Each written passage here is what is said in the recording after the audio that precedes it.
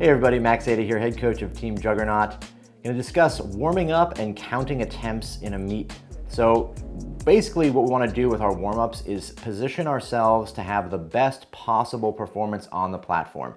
Everything about our warm-ups and designing our warm-up plan, in addition to counting attempts, should really be focused on maximizing our performance on the platform. The warm-up objectives, the main objectives of warming up, are going to be getting your general warm-up and stretching accomplished. So we need to plan out how much time it's going to be where you're rolling around on a foam roller or doing your stretch or, working out your bum elbow or whatever it is that you need to do to feel good enough to snatch or clean and jerk the empty bar. So account for that amount of time. We're planning for that as well. The second is to dial in our technique. We want to do enough warm-ups and we want to do them with the right amounts of weights, the number of reps and sets, etc., to really hone in on the best technique we can get for that day. Doing one single of every single warm-up set and doing 3 warm-up sets before you open, probably not the best way to get dialed in.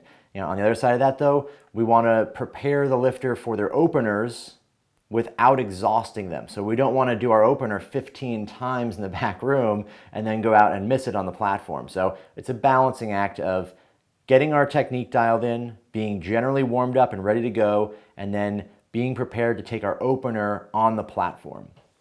So how much volume should we do in our warm-up, right? Generally speaking, enough volume to meet all of those above objectives. We should be able to get generally warm and our heart rate up and prepared to lift. Our technique should feel really sharp and really good, but not exhausted and not kind of sluggish or overdone. And we should be ready to hit our opening lift. We should feel confident and secure that we're going to smash that opener. In general, it's going to be a low number of sets in the warm-up, probably less than 10 sets total. We don't need to do a whole lot more than that. I wouldn't recommend having warm-ups that are 15 or 16 different sets working up to those weights. I wouldn't recommend having a really elaborate large warm-up like that. You want to be able to condense it into a short enough time that it's effective and it can be used in any situation. If you only have 30 minutes to get into the back, or you're only allowed in the back room 15 minutes before the session starts or 30 minutes before, you don't want a 2-hour-long warm-up, okay? In general, the size of the warm-up by total volume should be about the size of a medium, maybe a little bit larger than a medium-sized workout. If your medium-sized workout is about 20 reps or 15 to 20 reps, that's about how many that's about the limit of what your warm-up sets should be, a total of about 15 to 20 reps. And then we want to keep our reps low per set. In the lighter intensity ranges, 2 to 3 reps per set is fine. And actually, I think better for most people to do 2 to 3 reps, 3 to 4 doubles as those lighter warm-up sets under 75%, just because those extra reps generally help people start to sort their technique out a little bit faster, where you can get that kind of done before you get into those medium and high intensity weights, the 80-85% range.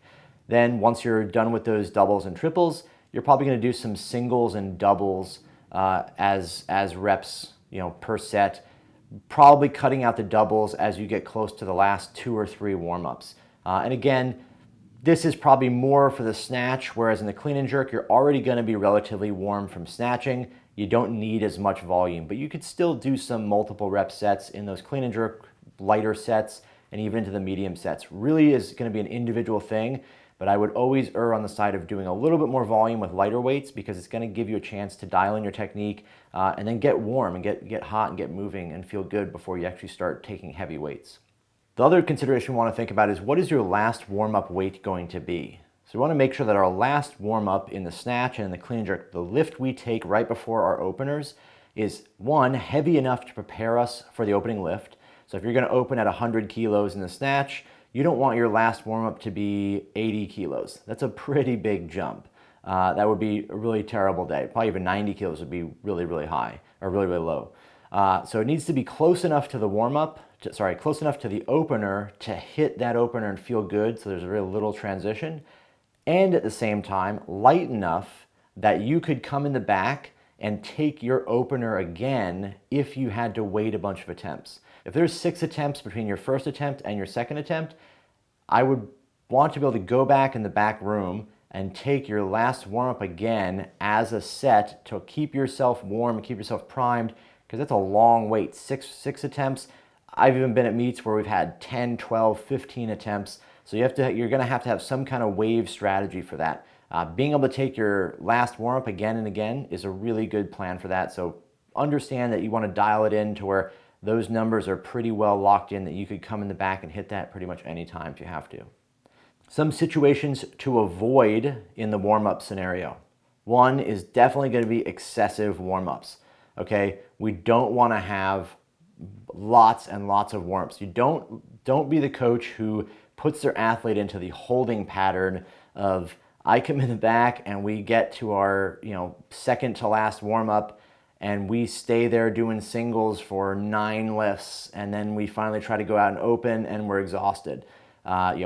Too many warm-ups, not a good strategy. As well, don't be the person who's doing a bunch of extra sets in between things where you have to wait a little bit longer, so you throw another set in, or throw another set in because they're waiting, or throw another set in, right? Not a good practice, so avoid too many warm-ups. Next is to avoid new exercises. As silly as this seems to say, many times I've seen people reteaching or teaching or giving clinics on the lifts in the back, practicing a new exercise, adding in weird things or trying things different. Definitely not a good practice. Just stick to the things you've done in the past, the last 4 weeks, things that are not different than what you've already been doing. Not planning your warm-ups or going by feel. So walking into the back and having this idea that you're just going to kind of shoot from the hip and count everything, and yeah, this will be fine. I'll just take another one. I'll just kind of warm up as I go. Definitely not a good strategy. You want to have a plan. You want to know exactly what you're going to do. You're going to tell your lifter to go do their lifts. They're going to feel more comfortable knowing that there's a plan ahead of time, that, hey, we're taking this lift, this lift, this lift. If those things don't work out, we have another plan, right? If you need to take this again, we take this number again, right? So have a good, concise plan so that lifters understand what's going to happen. And then the last one is, making that last warm-up way too heavy. If that last warm-up is like, if you're opening at 135 kilos in the clean and jerk and your last warm-up is 132, that's probably a little bit too close, probably exhaustive. It's also going to be the kind of thing where you can't go in the back and hit that again. So you're going to be going back doing lighter weights. It might feel a little bit off, might throw you off, especially in the snatch. Finally, how do we actually count attempts? So counting attempts in competition really is nothing more than planning the timing of our warm-ups against the competition itself. So we want our lifts to coincide with our opener, where our opener is going to occur in the actual competition timeline. There's definitely more strategy at higher levels of competition, but it's not really necessary to explain that, because most of this is the same principle, it's the same process. At the World Championships, at Pan Am Games, these lifters and nations are doing the same thing we're doing, whether it's an American Open final or a local meet, right? Everyone's warming up. You're trying to time your warm-ups to coincide with when you're going to take your opener. First thing we have to do is establish a timeline, right? We already know what our warm-up sequence is going to be. We know what sets we're going to take, at what weights, etc. Now we need to know, how many sets the lifter is doing. If you're doing 7 sets, 8 sets, then we need to know that. If there's 8 sets, then we can plan back from when our opener is going to be to the actual start of our warm-up sequence. So let's look at an example of how this process actually works in reality. If we look at our imaginary lifter here, their opener snatch is 84 kilograms, opener clean and jerk is 110. So if we look at the snatch here on the left, we're going to see what their attempts are. So what their sets are. So we see 1, 2, 3, 4, 5, 6, 7, 8 sets in their warm-ups. The first set is the empty barbell. Then we have 50 kilograms for 2, 60 for 2, etc., etc. So we know the timeline, how many warm-up sets they have in the snatch and in the clean and jerk. Next, what we want to do is draw up, in our scenario here, draw up a plan that shows our actual warm-ups and where they would be positioned against the number of attempts in the meet. So let me show you how to read this chart. If we look at the chart, the top row is S for snatch. So that's going to include all of our snatch warm-ups. The middle column is the number of lifts until our warm-up. So if we go all the way to the right side middle column, we see the number 1. That would mean 1 lift until our opener. We go backwards to the left, we see the number 2. That's 2 lifts from our opener. So if we go back and see the number 3, we can see that in the snatch column, number 3, so 3 lifts from our opener is our last warm-up at 81 kilograms. Okay? Then we go backwards, 4, 5, then 6. So 6 attempts from our opener, we have 78 kilograms. Back again, 3 more attempts, we have 9 attempts out, 74 kilos, and so on and so forth. So when we look at this, we see when are we going to take each lift relative to when our lift actually occurs. So then the question is, well, when does our lift actually occur? What you're going to do is look at the scoreboard, and you're going to see where your attempt is in relation to everybody else.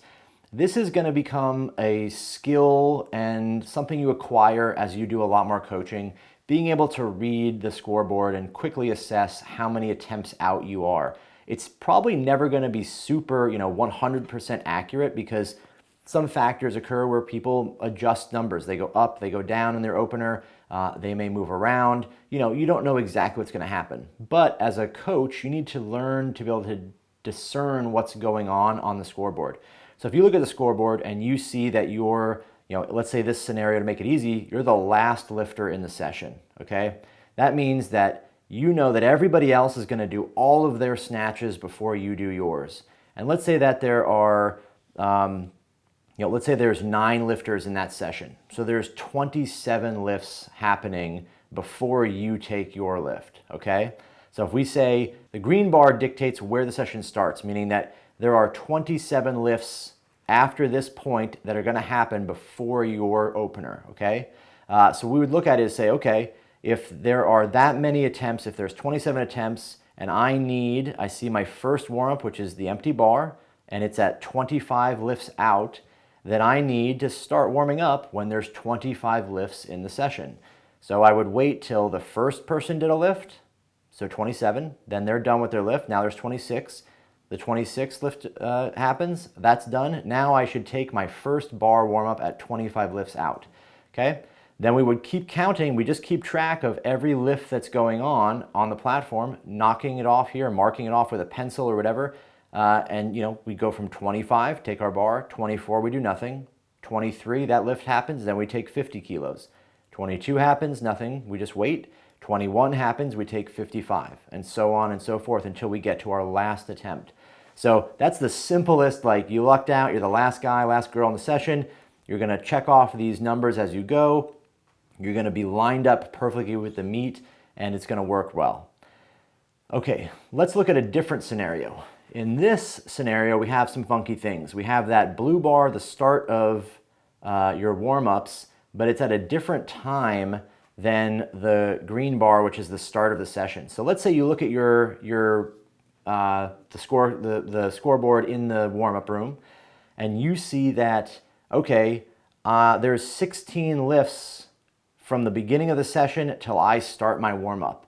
Okay, that means that there's about 5 lifters ahead of me, all taking 3 lifts, maybe a 6th one taking 1, but there's people ahead of me, but I'm in the middle of the session. That means that you're going to have to start warming up, because we need about 30 warm-up attempts to actually get to our top sets. We need to plan to warm up before the session starts. So this chart's a little bit different. If we look at the green bar, the start of the session, to the left of the green bar in the middle row, the numbers are all in red. What these numbers now signify is minutes on the clock. So if we say we know the start of the session is in green, there's 16 lifts from the beginning of the session to your first lift, to your opener, but from the green back to the start, we're going to need about 10 minutes of warming up before the session starts to get ourselves up to speed. We know that at 15 reps or 15 attempts into the competition, we know that 15 attempts before we open, we're going to be at 65 kilos, but at 16 attempts, that's when the session starts. So we would add a minute or 2 for each warm-up. So we'd say 1 minute from the start of the competition, we're not going to do anything, but at 2 minutes before the start, we're going to take 60. At 5 minutes before the start, we're going to take 55. At 7 minutes before the start, we're going to take 50 kilos, etc., back to the bar. This way we can just find out how many attempts we are out and then plan up to the competition how many minutes we need to actually get those warm-ups done. So this works the same for snatch and clean and jerk. We have both snatch and clean and jerk on top of this or on bottom of this. This is a great format to write your warm-ups in because it allows you to just check off each tally, each thing, each minute you check it off or each attempt you check it off, and it gives you a good running estimate how to do it. It also lets you put snatch and clean and jerk on the same concise little chart. This is a really solid little mechanism to do that. So I would suggest copying this, using it. USAW also provides those attempt sheet cards. That works just as well, but you want to keep track of it. You want to have a system so that you can identify when does the session start, when do I need to start warming up, what's the time frame between those, and what's the number of attempts between those. So there's some more like what if scenarios that are obviously in play. We're assuming in our little examples that everybody is taking one lift and they're going to do it perfectly on the minute and everything is going to be beautiful and sunny and you're going 6 for 6 and it's going to be a great day. But that's probably not always going to be the case. So some what if scenarios. 2-minute clocks. As a coach, one thing I would recommend is that you pay attention to what the competitors in the session are doing. You don't need to be a spy, but you want to look around and see, if somebody's about to go for their opener and they're, you watch them in the warm-ups and they've missed the last 4 warm-ups and they've dropped it on their head, they're probably going to have to take that lift again. They're probably not going to be successful. So then you'd look and see, is that lifter probably going to follow themselves with a 2-minute clock? If that's the case, you're going to have to account for that in your counting, right? So think about that. Anticipate 2-minute clocks. Anticipate people jumping up in weight. This is definitely a skill kind of thing. It's an intuitive thing. It's not something that you can, concisely say, hey, exactly this is going to happen. This happens when people always do 2-minute clocks when it's their second attempt. None of those rules really apply. But be aware that, as a coach, you should be observing this, checking out the other lifters, checking out the competition, seeing what's happening so you can get a good gauge. You're always going to be kind of estimating that count. If you're 15 attempts out, but there's maybe 3 people doing, a 2-minute clock, that's like 3 extra minutes you have to wait. So, maybe count that as 1 more warm-up. So maybe you slow down your warm-ups, you push them back from 15 out to 12 out, right? You remove that, you add 3, so it'd be 18 out. So you remove that, so you're moving things around as you're watching the competition. And then again, other what-if scenarios, lifters jumping up and down in weight. A lot of times people put in a number they're not actually going to take. They usually bump up from there. Sometimes people bump down if they're not feeling good. So expect that, if you're thinking you're 20 attempts out, but then 3 people change and they bump their numbers up and now suddenly you're not 20 attempts out, you're 16 attempts out, expect that there might be some of that. So, understand you're going to have to do that kind of stuff. The final what if, we kind of talked about this before, is what if you take your opener and you make it and then you're done counting, but now you've got 7 attempts or 8 attempts before your second attempt. This is something you have to think about in the back. Plan ahead as to what you're going to have your lifters do. There's a few options for what to do in between a first and second or a second and third attempt. Those are basically do nothing. If there's like 3 or 4 attempts between you and your first and second, you could do nothing. You could just sit there. If there's more than 5 attempts, you're probably going to want to do something. That could be like a power snatch or power clean. It could be a pull. It could be another classic lift. Ideally, what I would suggest is that you between your first and second, go back and hit your last warm-up again and wait if it's 7 or 8 lifts or above 5 lifts. If it's more than that, you might go down below that, go to your second to last warm-up and then do 2 more lifts and wave back up to your second attempt. These are things that are probably going to need you to determine, between you and the athlete, what you think is best for them and what they like. Don't let them come back and take a 50-kilo power snatch if they're not going to feel confident doing their second attempt with that. And then, finally, just as a coach, be really attentive in the back.